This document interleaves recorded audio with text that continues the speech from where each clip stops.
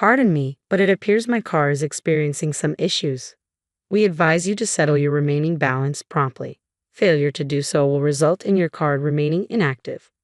What? The customer service representative from the card company did mention an outstanding balance. It seems the payment from my usual credit card hasn't been processed yet. But why? Should have a significant amount saved in the account designated for automatic payments. However, upon checking my bank balance, it shows $0. The only other individual with access to withdraw funds from it would be my husband. With a sense of urgency, I reached for my mobile phone and swiftly reported to the police. I'm Garnett Felton, 30 years old, and I operate as a freelance web designer, setting my own tempo. Thanks to the flexibility of my job, I frequently meet clients face-to-face despite the option of virtual meetings. Though virtual interactions are feasible, I find that direct communication better conveys my concepts. As deadlines loom, I immerse myself in work, sacrificing sleep for productivity. My ability to sustain this pace is largely due to the unwavering support of my husband Thomas, whom I married just a year ago. A couple of years ago, when I was tasked with a project at a company, he was the liaison I dealt with. We dated for a year and a half before tying the knot. Following our wedding, he relocated to my apartment. However, a significant issue has emerged in my life revolving around Thomas's parents. They have a lax approach to finances and often find themselves strapped for cash. Thomas and I divide our living costs evenly. Given my higher income, I typically cover all expenses for the month, with him reimbursing me half at the start of the subsequent month. However, when I mentioned this month's expenses to Thomas as usual, he seemed annoyed and remarked, "Look, money's a bit tight right now. Can I settle my share of the living expenses after my next paycheck?" What do you mean by tight? I'm only asking for half of the living expenses. Yeah, I get that, but I'm completely strapped until my next payday. What do you mean? It's only been 10 days since you got paid. His evasiveness and reluctance to clarify started to irk me. His deliberate ambiguity prompted me to delve deeper. Hey, can you please explain why you can't pay properly? And what's this about assisting your parents? Well, you see, is there something you're suspicious about? No, not at all. I simply assisted my mom and dad. Assisted? Yeah, they mentioned they were facing some difficulties, so I sent them some money. Thomas's parents were supposed to be financially stable. My father-in-law held a full-time job, while my mother-in-law worked part-time. So, why did they suddenly require financial assistance? This question had been nagging at me, and I couldn't shake it. Why do your parents need financial support if they're both employed? This hasn't been necessary in the past. I've been assisting them for a while now. They recently requested an increase in the amount, starting this month. You didn't actually agree to increase the amount, did you? Yes, I did. Though the issue of helping one's parents in need is understandable, I couldn't help but feel unsettled by this revelation. All right, just ensure you settle your share when you receive your paycheck at the end of the month. Agreed. My husband has a stubborn streak that's hard to break once he's made up his mind. While I adore him, his trait does lead to some challenges. I knew trying to reason further wouldn't sway him, and apologies weren't exactly his forte. So, I opted to refrain from pushing the issue and waited patiently till the next payday. Since that incident, he's been consistently finding excuses to avoid contributing to our household expenses. And when he does chip in, it's only a fraction of what's needed. It's been nearly 6 months of him refusing to pull his weight. While we're technically still married, my patience is wearing thin. Not only am I covering all the bills, but I'm also responsible for all the household chores. Reflecting on this situation left me feeling foolish and overwhelmed with a sense of emptiness. One late night, he stumbled in, his cheeks flushed from alcohol. Unable to contain my frustration, I raised my voice. Why didn't you call if you were going to be out drinking? I made dinner and waited for you. Sorry. A colleague unexpectedly invited me out. But couldn't you have sent a message? I asked you before to keep me informed. It's not fair to leave me hanging. Don't start yelling the moment I walk in. It's not welcoming. What do you mean? Why am I the one being blamed? He shot me a look of disdain as if I were in the wrong. His attitude infuriated me, and I confronted him. How can you afford to go drinking when you can't even contribute to our bills? I can enjoy a drink occasionally. I'm exhausted from working every day. So am I. I handle all the household chores. If you can't contribute anymore, can't we stop sending money to your parents? What? Why? That's my family's business. It's not your concern. And what about us, Thomas? Aren't we family too? What am I to you, living here with you after we got married? This is so irritating. What does it matter? You earn more than I do anyway. Why does he feel so entitled?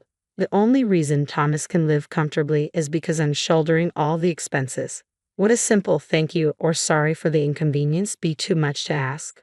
I was left speechless by his irrational arguments. I couldn't fathom his arrogance. Given our escalating tempers, I realized a rational conversation was unlikely and suggested, let's revisit this tomorrow. The following day, while preparing dinner and awaiting his return, I heard the front door creak open. Welcome home, I called out, but received no response. Then the living room door swung open, and in walked my husband with his parents. Mom, Dad, what brings you here? With a smug grin, my husband interjected, my parents have something they want to discuss with you. To discuss with me? Come on, Mom and Dad, let's get to the point. Prompted by my husband, my father-in-law began to look apologetic. Apologies for the sudden visit. We've come to talk about the financial support Thomas has been providing us. What's this about?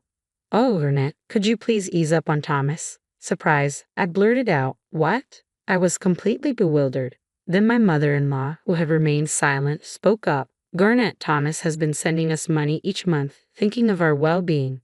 It's unfair for you to accuse him. What are you saying? Accusations. All I'm asking for is our living expenses to be managed properly. Listen, Garnett, I hate to bring this up, but we're practically family, aren't we? If your own family were struggling, wouldn't you lend a hand? What? That's what anyone would expect, right? Your father-in-law and I have been experiencing financial strain lately, so we rely on Thomas to continue supporting us. Therefore, you should handle all the living expenses for both of you. It seemed they assumed it was only natural for me to shoulder all the costs. Unable to tolerate it any longer, I lashed out. Enough is enough. What do you think I've been doing? Managing all the household chores and covering every living expense. How is that fair? Isn't it what married couples do? Support each other, right? Or are you just that selfish? Upon hearing his mother's taunt, my husband, sitting beside me, couldn't suppress a chuckle. That evening, despite my efforts to reason, they remained obstinate. They finally departed well past 9 p.m. Once they were gone, my husband abruptly handed me signed divorce papers. In disbelief, I questioned, what's this? It means exactly what it says, he retorted. Peering down at me, he declared, if you persist in defying me, I'll end our marriage. Are you serious? Absolutely. If you don't want a divorce, then simply obey. Your role is to follow, not lead. I knew I should have stood my ground, but I felt utterly drained.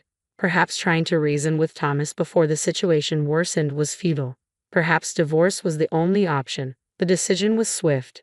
The following day, I signed the divorce papers Thomas had given me and headed to City Hall. The documents were processed, and just like that, I was single once more. Now that I'm finally liberated, I'll soon find my own place and embrace independent living. Feeling rejuvenated, I opted to indulge myself with a shopping trip to the department store. Working predominantly from home with outings limited to client meetings, it had been quite some time since I splurged on myself, especially given the recent strain of covering all expenses. Today, however, I've decided to treat myself.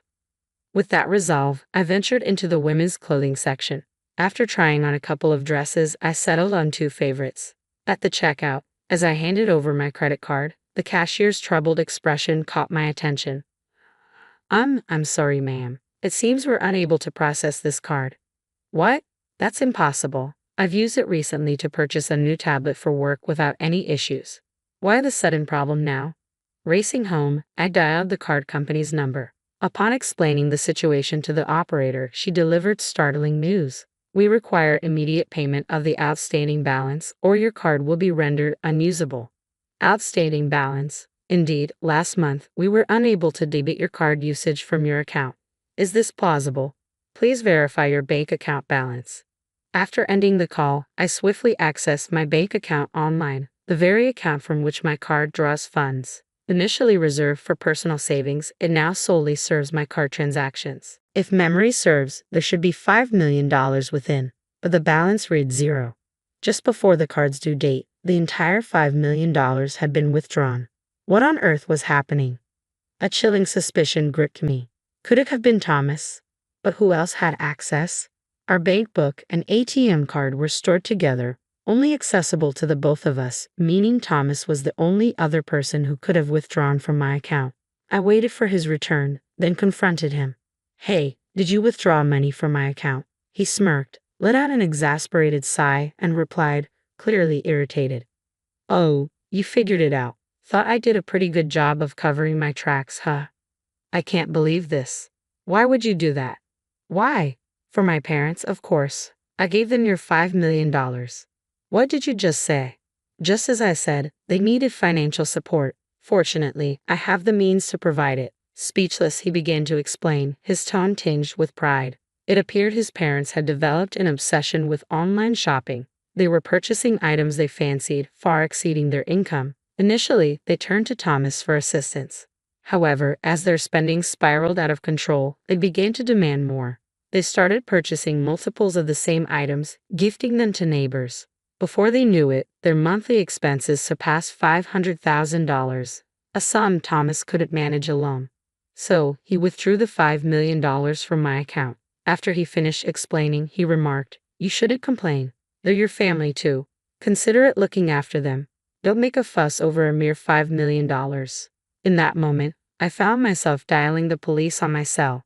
Hello, police. I want to report a break-in and theft. My address is... Thomas watched me with wide eyes as I ended the call. He shouted, "Hey, what are you doing? Did you just call the police?" Police. Why wouldn't I? There's been a break-in and theft, right? Calling it theft is exaggerating. This is my house. I firmly reminded a flustered Thomas. We're no longer a couple. In fact, I'm the one renting this place, so technically, it's not your home, is it? We're not together anymore, remember?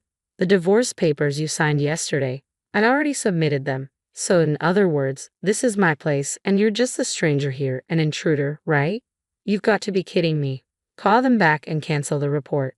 Waving my phone angrily at him, I warned, if you lay a finger on me, I'll call the cops again. Just so you know, they're already on their way. You can't escape now. Why don't you just admit what you've done? Whoa, hold on. We loved each other, didn't we?